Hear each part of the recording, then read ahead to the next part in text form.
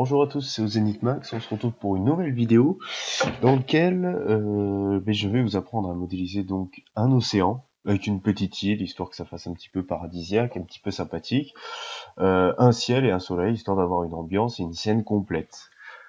Alors, donc pour modéliser un océan sur 3ds Max, si on veut pouvoir l'animer facilement et avoir des effets réalistes de vagues, on va se servir d'un plugin qui s'appelle Ocean Houdini. Voilà. Donc c'est sur cette page internet. Pour le trouver, vous tapez Houdini Ocean sur Google. Vous prenez le premier site, vous allez dans la section Download et vous prenez la version de 3ds Max correspondante. Donc moi ça va être celle-là. Une fois que vous l'avez téléchargée, vous pouvez le voir sur votre bureau. Donc il faut ouvrir l'archive. Et là vous avez deux fichiers. Alors, le fichier lib doit se mettre dans le répertoire principal de 3ds Max et HotOcean doit se mettre dans le répertoire plugin de 3ds Max. Voilà, donc ça c'était pour l'installation. Une fois que vous l'avez fait, vous redémarrez 3ds Max et vous avez votre plugin qui est fonctionnel. Donc, nous, ce qu'on va réaliser au cours de cette vidéo, ça va être ceci. Voilà, donc une petite île, voilà, avec de l'eau, des vagues, un soleil, la mer, voilà, comme je vous ai dit.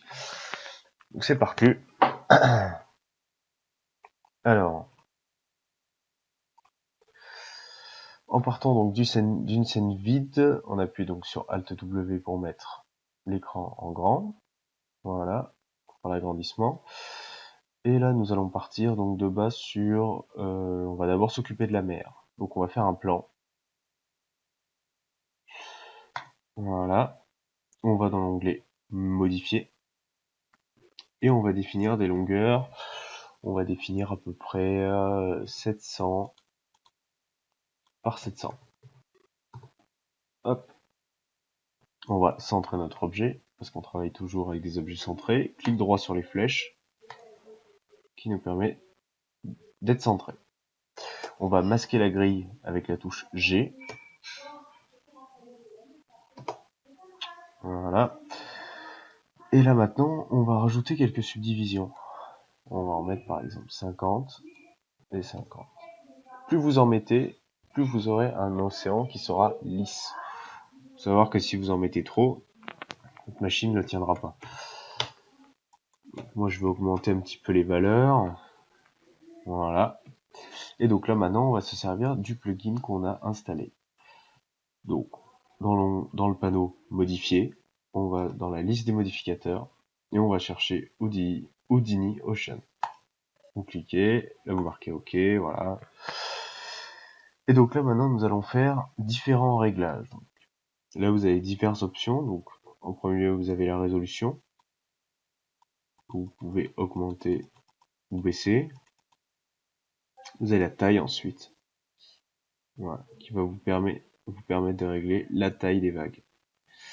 Donc par exemple, si je veux une mer un petit peu caraïbe, je peux mettre une taille des vagues plus petite et régler la hauteur des vagues avec Wave 8. De manière à avoir des vagues un petit peu plus petites. Je peux même encore baisser la taille. Ça, c'est la vitesse du vent. On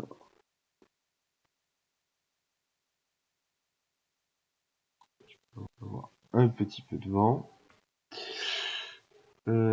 Ça, c'est la direction du vent. Voilà. Océan Depth. Alors ça, je sais pas ce que c'est. Enfin bref, vous avez un ensemble de petits réglages qui vous permet un peu d'ajuster votre océan. Voilà. Là, on peut avoir un premier résultat. Ce qui peut être intéressant, c'est de l'animer. Donc là, on a une variable time qui va nous permettre d'animer notre océan. On active la clé automatique et on va définir donc qu'à cet instant, l'océan sera ici et qu'à cet instant, l'océan va évoluer de 10 unités de temps. On appuie sur Entrée et là, on a notre effet d'océan. Si on veut maintenant jouer la vidéo, peut être sympa aussi de le voir comme ça. Voilà. Donc maintenant, ce qui peut être pas mal, c'est d'ajuster un petit peu la vitesse parce qu'on voit qu'on a un effet de fondu au début et ça ralentit à la fin. Donc ça, c'est parce qu'on est dans un timing qui est automatique. Donc nous, ce qu'on va faire, c'est le régler en allant. Donc on sélectionne notre objet, on va dans éditeur de courbe. À partir de la vue d'éditeur de courbe, là, vous avez objet modifié, Houdini Ocean, et là, vous avez votre variable time qui se trouve ici. On va maintenant agir sur cette variable en sélectionnant, par exemple, le point qui est en haut, et en ajustant ces segments. Pareil ici, qui permet d'avoir une courbe droite, et donc pas d'évolution.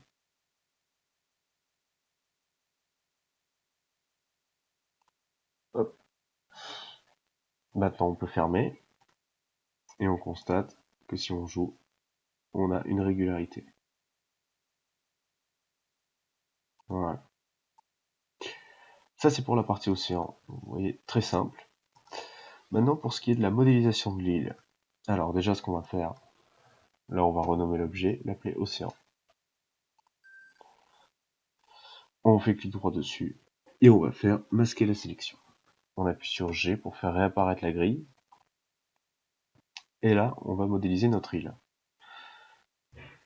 Alors, voici donc une technique de modélisation de terrain. Il y en a d'autres. Moi, j'utilise beaucoup celle-là, parce que c'est la manière la plus artistique et la plus facile de faire des formes un petit peu bizarroïdes, comme n'importe quel terrain. Donc, je dessine la grille, hop, je centre mon objet, comme tout à l'heure avec un clic droit sur les flèches. Je vais dans modifier. Et là, au niveau des segments de long, je vais en mettre beaucoup moins, car j'en ai besoin de beaucoup moins. Hop. Je vais masquer la grille parce que ça me gêne. Et là maintenant, on va dessiner notre océan. Je vais mettre 80 et 80. Hop, voilà. Et là maintenant, je vais dessiner.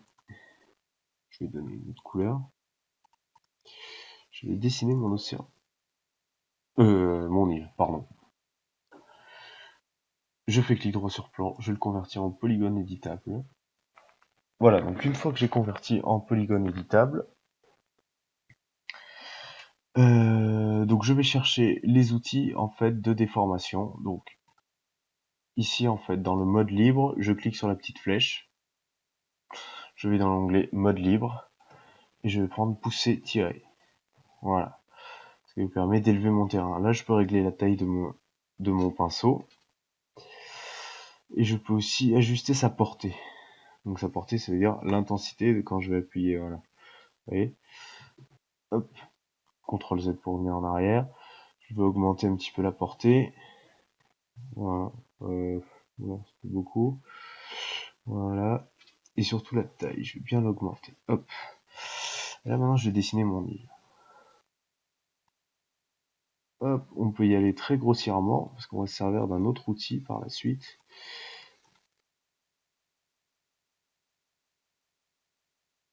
Hop, voilà.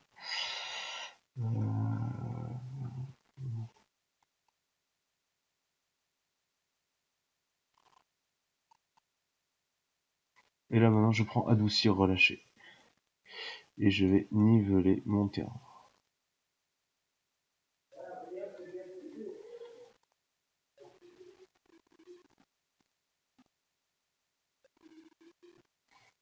Et là maintenant,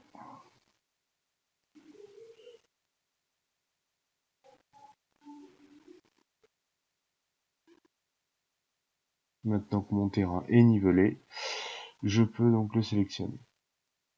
Hop. Je quitte cet outil-là, je clique sur sélection. Et là maintenant, je vais sélectionner les rectangles qui ne sont pas utilisés. Je vais me mettre en vue haut. J'appuie sur U pour vue orthographique. et je vais sélectionner tout ce qui est à altitude 0. Alors, ce qu'on peut faire, peut-être le plus simple pour sélectionner l'altitude 0, on se met en vue arrière, comme ceci. On prend plutôt sélection carré. Et on va sélectionner toutes les faces. Voilà.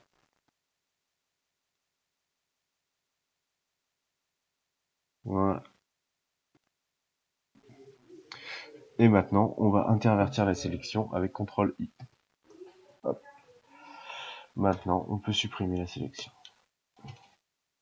Hop. Voilà. Donc à partir du moment où tout est supprimé,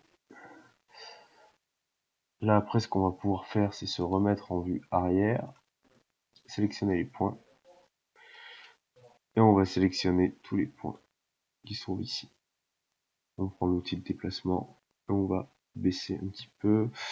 Alors là, j'ai peut-être pas tout sélectionné, j'appuie sur CTRL pour en sélectionner d'autres. On va baisser un petit peu, voilà, pour être sûr que notre île soit bien immergée. Voilà.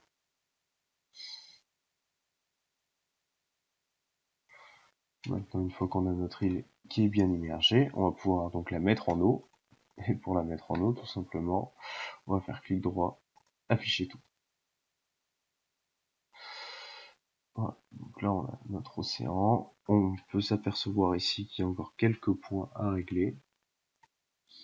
On clique sur un point. Hop. Voilà. Là, pareil, il y a encore quelques points à ajuster. On peut simplement se contenter de les baisser.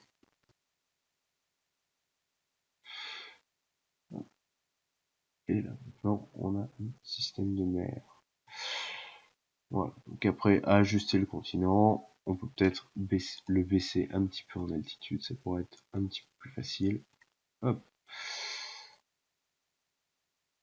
Voilà.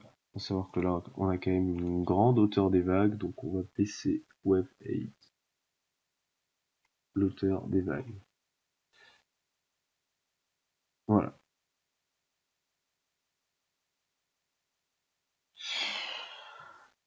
Alors, maintenant qu'on est là, on va repasser en vue de perspective avec les touches P.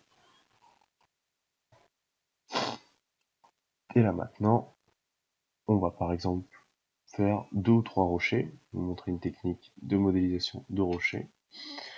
Donc dans l'onglet primitif standard du panneau Créer, on va prendre Géosphère. On coche grille automatique pour être sûr de le mettre sur le rocher. Et on va créer par exemple 2 géosphères. Voilà. À partir de là, on va convertir en polygone éditable et reprendre les objets de modélisation libres. Par contre, on va largement baisser la taille. C'est pas assez. Voilà. Je baisse également la portée. Hop. Et là maintenant, je peux créer mon rocher. Voilà. Je prends adoucir, relâcher, parce que j'ai fait un petit peu des petites pointes là qui sont pas forcément très belles. Hop. Voilà.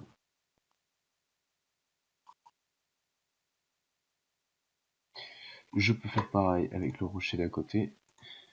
Géosphère, polygone éditable. Pousser, tirer. Hop. On crée nos petits rochers.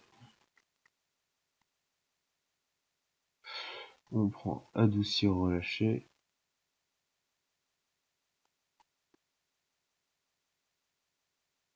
Et là, on a créé nos 2 petits rochers.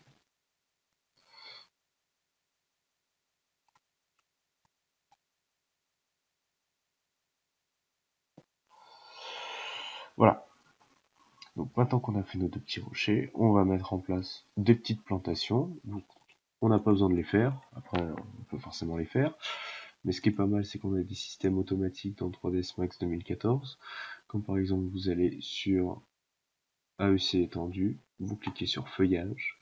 Et là, vous avez par exemple palmier générique. Toujours avec grille automatique de cocher. Hop, on met un palmier. Maintenant, on va réduire un petit peu sa taille. On clique sur l'outil échelle. Vous cliquez sur le triangle jaune. Et hop, vous pouvez baisser la taille de votre palmier. Voilà. Vous pouvez le mettre à la taille qui vous convient le mieux. Vous pouvez un petit peu le placer voilà, de manière un petit peu sympa, voilà, comme ça. Hop. Ça, c'est pas cool. Plutôt comme ça. Hop. Un petit peu le baisser en altitude. Voilà. On peut mettre par exemple un grand yucca. Hop.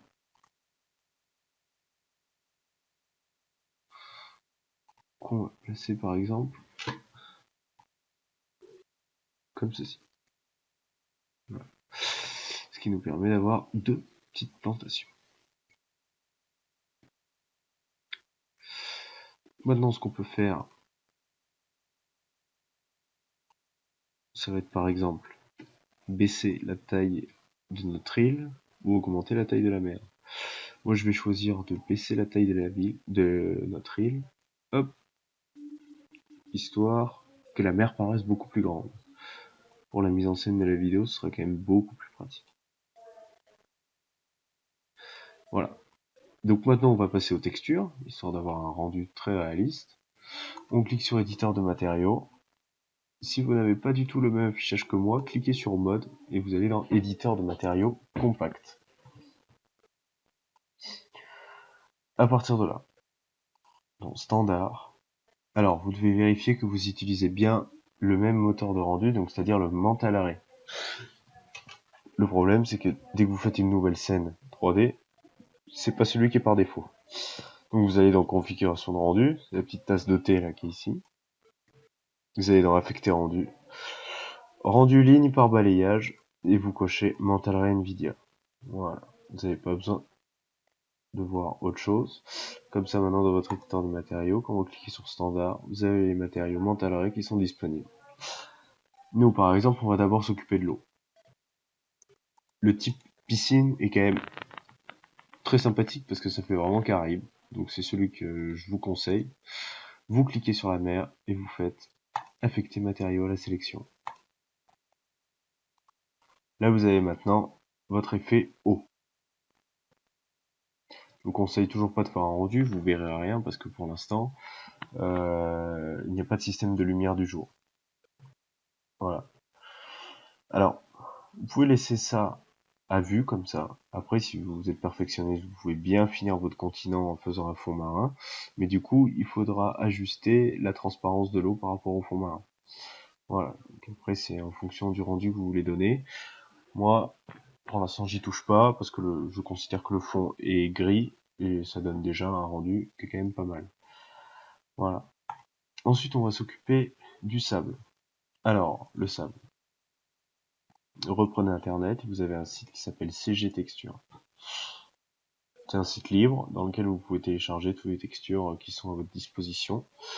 Donc nous, par exemple, si on veut du sable, on tape Sand. Et là, on peut avoir plusieurs modèles de sable. Celui-là, par exemple, qui peut être assez sympathique. Et on va prendre... ouais, celui-là, c'est pas mal. Hop. Prenez la résolution que vous voulez. La plus grande est la meilleure. Bon, moi j'ai pris celle-là après. Voilà. Une fois qu'elle est téléchargée. Donc, vous cliquez ici sur aucun. Prenez un matériau standard, vous allez dans bitmap. Alors, le mieux maintenant, en utilisant Mental Ray, c'est plutôt de prendre Arcane Design. Voilà. C'est là où vous aurez le maximum de paramètres pour reproduire tous les matériaux que vous voulez. Là, vous sélectionnez un modèle et vous demandez une finition surface réflective. Donc là, il faut voilà, finition mat. Voilà. Ça, c'est pas mal pour avoir un effet sable, une finition mat. Et maintenant, dans diffus, c'est en couleur du diffus, voilà. On va chercher un bitmap qui est sur notre bureau Sol Beach. Et là, on va l'appliquer à notre matériel. On va le rendre visible sur la fenêtre de prévisualisation. Et là, on va voir notre texture de sable. Bon, pour l'instant, elle n'est pas du tout très jolie, mais on va s'en occuper. Voilà, donc on va se placer ici, histoire de bien voir ce qu'on fait. Alors, le recouvrement, en fait, c'est la duplication de la texture sur le modèle auquel elle est appliquée. Par exemple, on voit clairement ici que ma texture se duplique. C'est pas forcément très cool. Alors, je vais plutôt laisser, dans ce cas précis, le recouvrement à 1. D'autres cas, ça peut être intéressant de dupliquer de cette façon. Là, ça fait pas forcément très joli, alors je vais plutôt dupliquer dans ce sens. Et du coup, ajuster mon recouvrement de cette façon. Voilà. Et là, je me retrouve avec un effet sable, qui est ma foi assez sympathique. Voilà. Qui se retrouve tout autour de l'île. Maintenant, si on veut être encore plus réaliste, il faut placer la texture différemment. Pour la placer différemment, tout simplement ce qu'on va faire en cliquant sur notre objet, on va aller dans Mapping UVW. Donc là, on voit que le mapping de base est un mapping planaire. Maintenant, si on choisit sphérique, on va bien avoir notre effet de sable qui se place bien tout autour.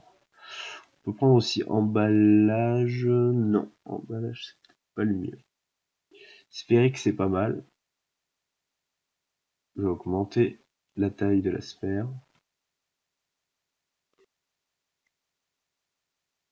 Voilà. Là, on peut avoir un effet qui est un petit peu mieux. À savoir que forcément, on donne cet effet parce que moi, je vais surtout regarder mon île de ce plan-là. Après, ce qui peut être intéressant ici, c'est changer la texture et mettre par exemple une petite texture d'herbe. Voilà. Donc ça, après, on rentre pas mal dans le cours des textures, donc je m'attarderai pas là-dessus. Voilà, donc là pour l'instant, on a notre île. Et maintenant, on va s'occuper de la dernière texture, celle des rochers. On clique sur standard. Et on va prendre Autodesk. Qu'est-ce qui peut être intéressant de prendre? Pierre. Autodesk Pierre. En finition non finalisée. Et on va l'appliquer à nos deux rochers. Alors, avant de l'appliquer, ce qu'on remarque, c'est que nos rochers ont beaucoup de polygones parce qu'ils ont été faits à partir d'une géosphère. On n'a pas forcément besoin de tous ces polygones, parce que tout ça, plus il y a de polygones, plus votre scène est lourde. Il faut savoir optimiser sa scène, surtout quand on veut faire des grandes scènes et surtout quand on veut faire de l'animation. Donc là, par exemple, on va optimiser nos deux cailloux, liste des modificateurs, et on va prendre un modificateur très pratique qui s'appelle Pro Optimizer. Vous cliquez sur calculer et maintenant vous réduisez le pourcentage de sommet qui va forcément vous donner un modèle plus grossier mais beaucoup plus léger. Ça sert à rien d'avoir un niveau de détail maximal si vous regardez votre objet à cette distance. Voilà. Donc là, je vais réduire le nombre de sommets. Quand j'estime que c'est bon, ben voilà, je clique sur l'autre. Là, je vais chercher mon Pro Optimizer, calculer.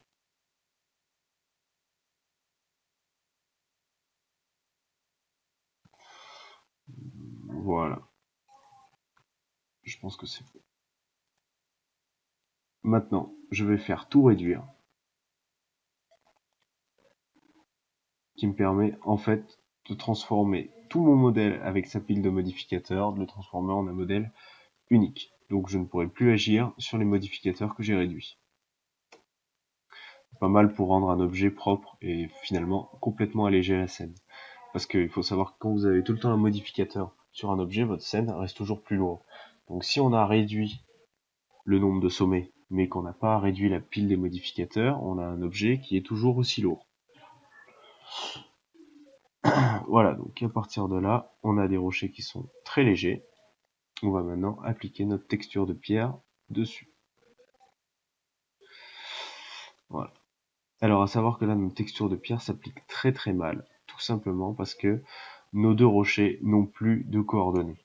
N'ont plus de coordonnées de mapping. Parce que quand quand on utilise le modificateur ProOptimizer, on perd les coordonnées de mapping, donc on perd la possibilité en fait d'appliquer une image sur l'objet. Car une image peut pas s'appliquer comme ça, elle a besoin des coordonnées de mapping du modèle. Donc on va recréer des coordonnées à l'aide du modificateur qu'on a utilisé tout à l'heure pour l'île, mapping UVW. Et on va choisir par exemple sphérique. Sphérique, ça peut être pas mal. Et hors boîte.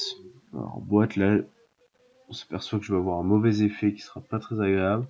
Donc je vais plutôt prendre sphérique. Sinon il y a emballage, ouais. Emballage va être mieux. Ouais. On va faire pareil du coup ici. On n'est pas obligé de réduire là la pile de modificateurs. Ça n'a pas d'intérêt. On peut, mais ça va rien donner de plus. Emballage. Hop. Et là on a nos modèles qui sont clean. À savoir que si vous faites pas cette manip, le rendu déjà va vous dire que ces deux objets n'ont pas de coordonnées de mapping et aucune texture ne s'affichera sur ces modèles.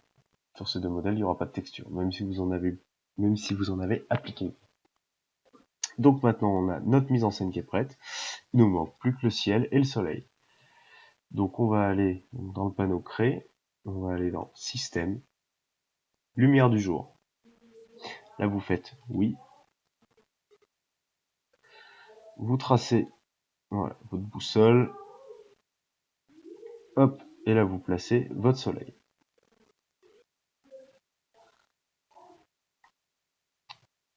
Une fois que c'est tracé, donc moi la boussole, je la centre.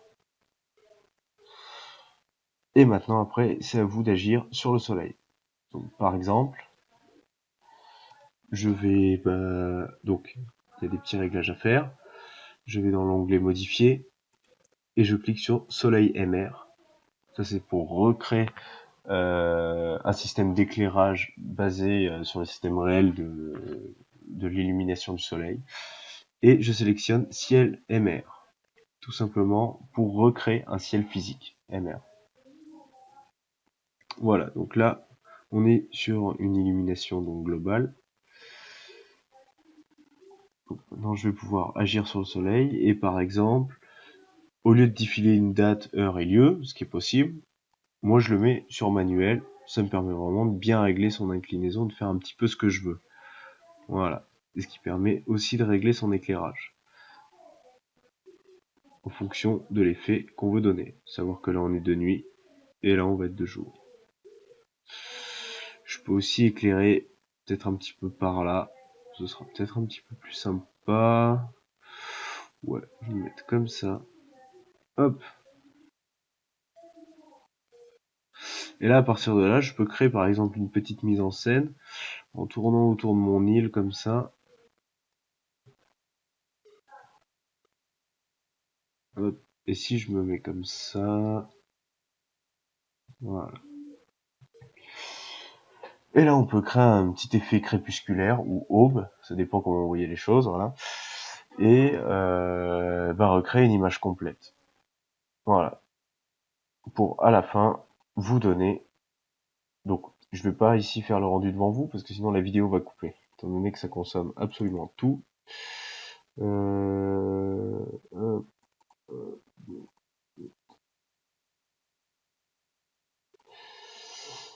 Et là, on va se retrouver avec une île comme ça. Voilà. Merci à vous d'avoir suivi ce tuto, et puis je vous dis à la prochaine pour un prochain tutoriel.